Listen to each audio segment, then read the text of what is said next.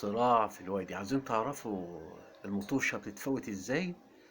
شوفوا معايا مشهد عمر الشريف وعبد الوارث عصر في فيلم صراع في الوادي.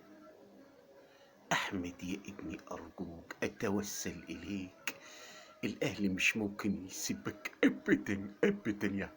أنا مش ممكن أتخلى عنك، أنت بريء بريء، ما كانش قصدك تفوت المباراة.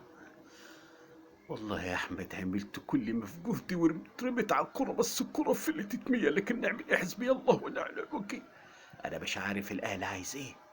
ربنا اداله الدوري والكاس وكاس أفريقيا وأبطال الكؤوس، عايز كمان ياخد كاس الرابطة، مش عايز يسيب لنا أي حاجة. سليم، رد عليا يا سليم. بوي بريء، بوي ما كانش قصده يفوت المباراة. لو مش صدقني يا سليم، اقلع التيشيرت واديهولي يا سليم. رد عليا يا سليم، ولا انت ما بتتكلمش غير بالشيكاليطة؟ انا عايش شكلس، تعال في حضن حمو يا حبيبي.